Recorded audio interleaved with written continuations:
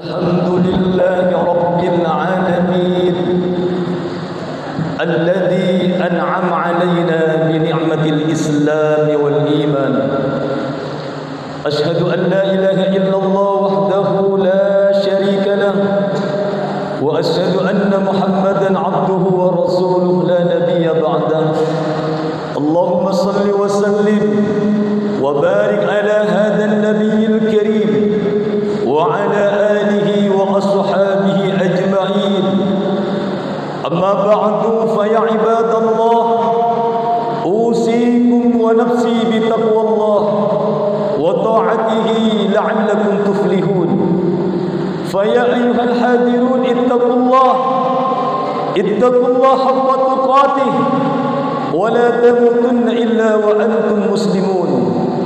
فقال الله تعالى في القرآن الكريم: أعوذ بالله من الشيطان الرجيم، بسم الله الرحمن الرحيم.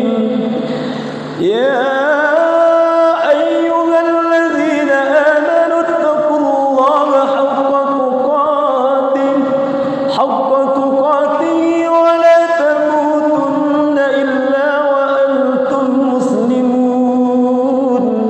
وقال أيضا في آية أخرى: يا أيها الذين آمنوا اتقوا الله وقولوا قولا سديدا يصلح لكم أعمالكم ويغفر لكم ذنوبكم، ومن يطع الله ورسوله فقد فاز فوزا عظيما. صدق الله العظيم وصدق رسوله النبي الكريم، ونحن على ذلك من الشاهدين والشاكرين، والحمد لله رب العالمين. Ma'asyiral muslimin wa suratal mu'minin rahimakumullah. Pertama, kita bersyukur kepada Allah Subhanahu wa taala dengan kalimat tahmid alhamdulillahi rabbil alamin, di mana kita di hari yang mulia ini masih kembali Allah takdirkan untuk bersama-sama melaksanakan salat Jumat dalam keadaan sehat walafiat.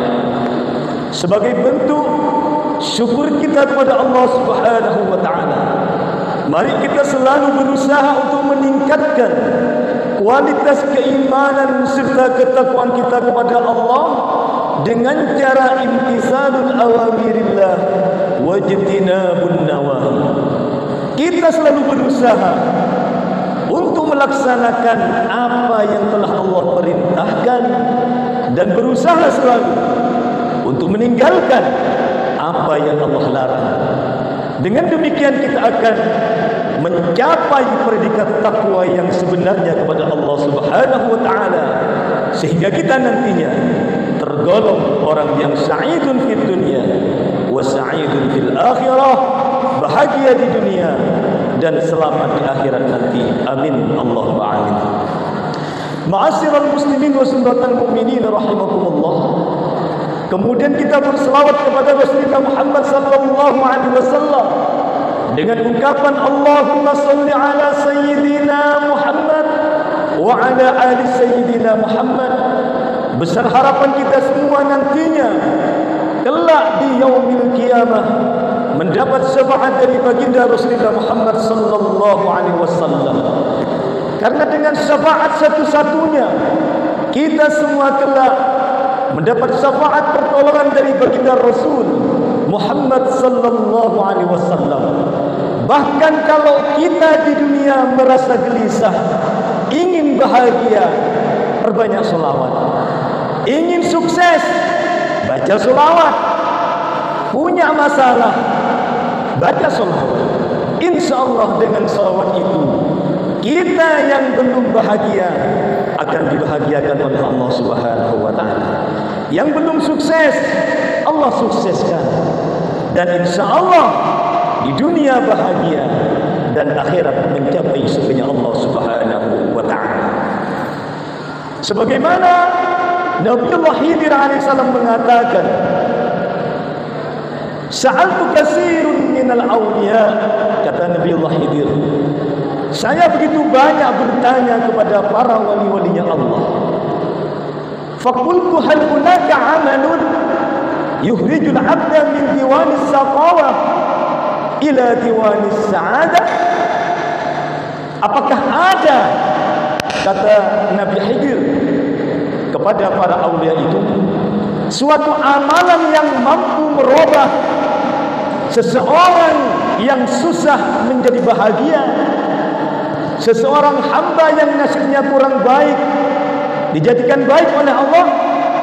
Apakah ada amalan itu? Fala yastajib li ahadun.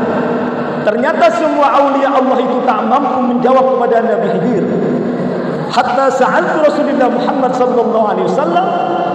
Pada akhirnya saya, kata Nabi Khidir, bertanya langsung kepada Rasulullah Muhammad sallallahu alaihi wasallam. Faqala na'am. Kata baginda Nabi, ada amalan yang mampu merubah seseorang yang kurang bahagia di dunia menjadi bahagia, yang tidak sukses menjadi sukses. Itulah amalan satu-satunya. Maka Rasulullah Muhammad sallallahu alaihi wasallam berjawab, qala na'am, ada. Yukhrijul 'abda min diwanis saqawah ila diwanis sa'adah idza kana yuksiru sholata alaihi. Ada satu amalan, kata Rasulullah, apabila kau ingin bahagia di dunia sampai akhirat, sukses dunia akhirat, apabila kau berbanyak selawat kepada, kata Rasulullah Muhammad sallallahu alaihi wasallam. Bahkan di hadis yang lain dijelaskan, izzati wa jalal law atani min kulli tariqin fastaftahuni. Apabila ada seseorang ingin berjumpa dengan Allah Subhanahu wa taala, maka Allah bersumpah kepada Nabi Muhammad, izzati wa jalali, demi keagunganku dan kemuliaanku, apabila ada seseorang hamba ingin berjumpa denganku, dia lewat dalam satu jalan, min kulli babin, juga berganti kepada pintu yang lain, lamma fatahtu lahum, tentu aku tidak akan begitu membuka secara mudah buat mereka, hatta yadkhulu khalfaka, sampai mereka itu menemui aku beserta Rasulullah Muhammad sallallahu alaihi wasallam.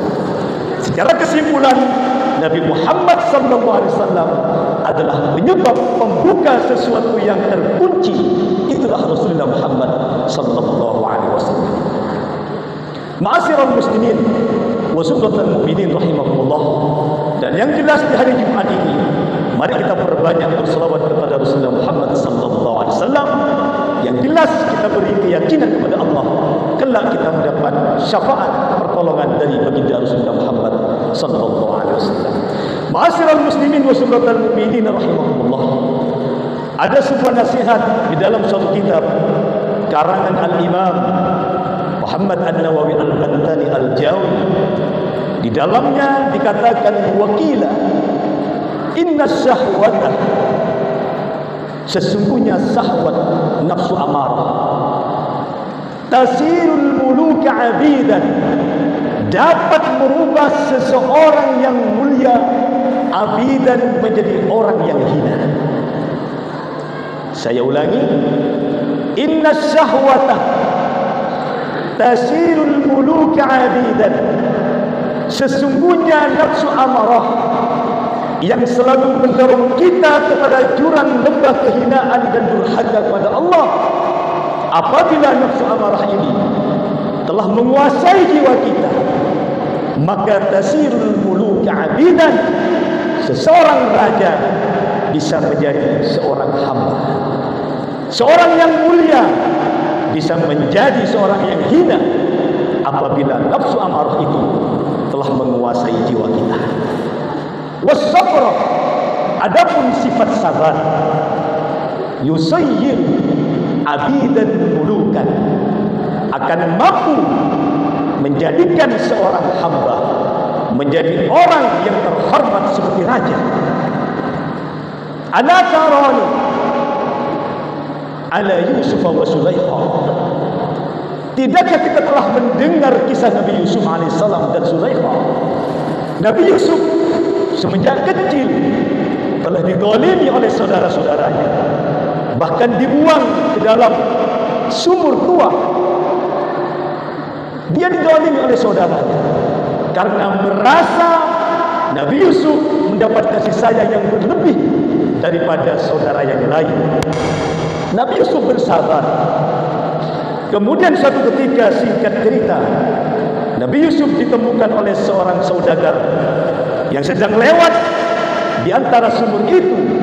Kemudian diambillah Nabi Yusuf dan dibawa ke istana, lalu dibeli oleh pejabat pemerintah waktu itu.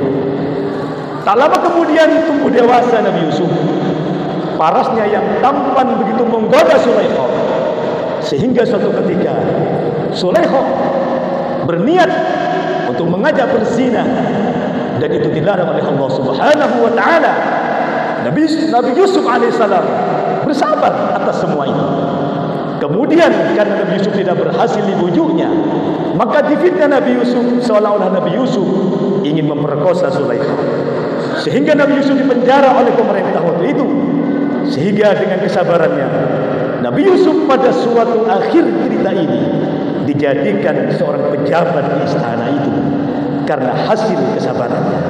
Oleh karenanya kesimpulan, kalau kita mampu mengendalikan amarah, nafsu amarah dalam tubuh ini, kita insya Allah akan menjadi seseorang yang terhormat dari seseorang yang biasa menjadi orang yang mulia di hadapan Allah Subhanahu wa taala. Oleh karenanya, melalui mimbar yang mulia ini, mari kita belajar untuk bersabar agar kita terhindar dari nafsu amarah itu dan kita menjadi orang yang paling terhormat dan mulia di hadapan Allah Subhanahu wa taala. Amin Allahumma amin. Mungkin hanya ini yang dapat kami sampaikan dalam hari yang mulia ini. Mudah-mudahan yang singkat ini menjadi penambah keimanan serta ketakwaan kepada Allah Subhanahu wa taala. Amin.